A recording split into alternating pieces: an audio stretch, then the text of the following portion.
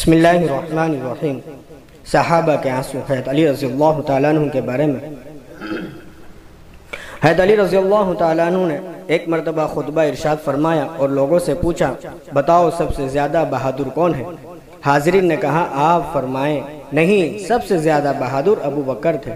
بدر کے دن حضور صلی اللہ علیہ وسلم کے ساتھ رہنے کو سوائے ان کے تیار نہ ہوا اور اپنی تلوار سونت کر یعنی تلوار کے ساتھ آپ صلی اللہ علیہ وسلم کے سرانے کھڑے ہو گئے، اور میں نے قریش کو دیکھا کہ انہوں نے آپ کو پکڑ لیا، کوئی کچھ کرتا ہے، کوئی کچھ کرتا ہے، خدا کی قسم سوائے ابو بکر کے ہم میں سے آپ کے قریب کوئی نہ گیا۔ کسی سے یہ لڑتے، کسی سے مار پیٹ ہوتی اور کہہ رہے تھے تمہارا ناس ہو، کیا تم اس آدمی کو قتل کر ڈالو گے جو یہ کہتا ہے کہ میرا رب اللہ ہے؟ اتنا کہنے کے بعد حضرت علی رضی اللہ تعالیٰ عنہ نے اپنی چادر اتاری اور اتنا روئے کہ ان کی داڑھی تر ہو گئی۔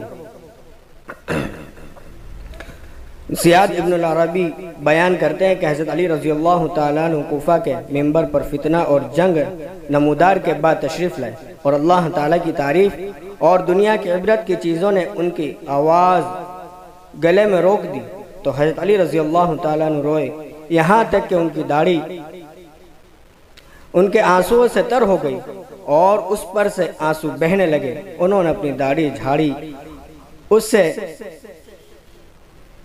چھڑے ہوئے قطرے گر پڑے، تو ہم کہاں کرتے تھے جن پر ان کے آنسو کا قطرہ پڑا ہے اس کو اللہ جل جلالہ دوزخ پر حرام کر دیا۔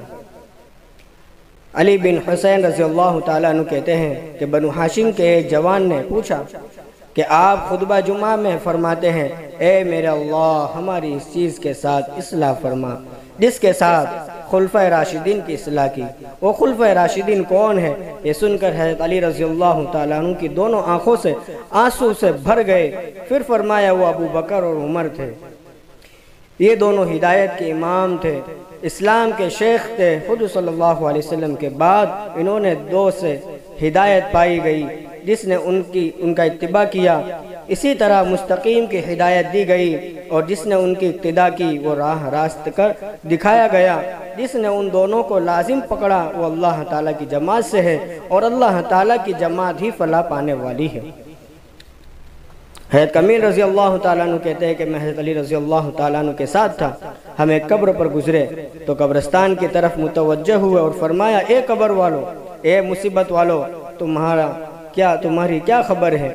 ہمارے خیر یہ ہے کہ مال تقسیم ہو گیا، اولاد یتیم ہو گئی، عورتوں نے اور خاوندوں نے یہ بیوی کر لی، یہ خبر تمہاری کیا خبر ہے؟ پھر میری طرف متوجہ ہو کر فرمایا، اے کمیل، اگر انہیں جواب دینے کی اجازت ہوتی تو یہ کہتے بہترین توشہ تقویٰ ہے۔ اس کے بعد حضرت علی رضی اللہ تعالیٰ عنہ روئے، یعنی آنسو بہنے لگے، اور فرمایا، اے کمیل، قبر عمل کا صندوق ہے، مرتے وقت یہ بات معلوم ہو جائے گی۔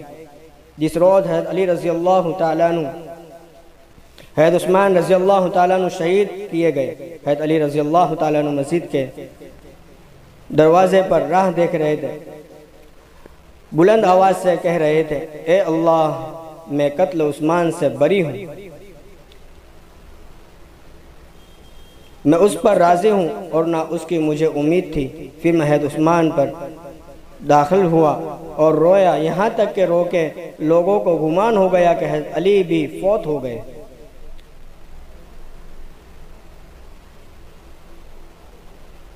اس کے اندر تین چیزیں ہیں جس کو ہم کو سمجھنا ہے۔ نمبر ایک، حضور صلی اللہ علیہ وسلم نے فرمایا کہ علی مجھ سے ہے اور میں علی سے ہوں، نیز علی تمام اہل ایمان کے دوست ہیں، مشکات شریف اور ترمذی کی حدیث ہے۔ نمبر دو پر حضور صلی اللہ علیہ وسلم نے فرمایا کہ جس شخص نے علی کو برا کہا در حقیقت اس نے مجھے برا کہا، مشکات اور ترمذی کی حدیث۔ اور تیسرے نمبر کی بات یہ ہے، حضور صلی اللہ علیہ وسلم نے فرمایا کہ میں حکومت کے لوگوں کا گھر ہوں اور علی اس کا دروازہ ہے۔ اللہ ہم سب کو صحابہ کے نقش قدم پر چلنے کی توفیق عطا فرمائے، اور ہم سب جتنا زیادہ ہو سکے اللہ کے نبی صلی اللہ علیہ وسلم پر درود و صلاۃ و سلام بھیجیں، اور اللہ کے نبی صلی اللہ علیہ وسلم کے بہت سارے احسانات ہیں۔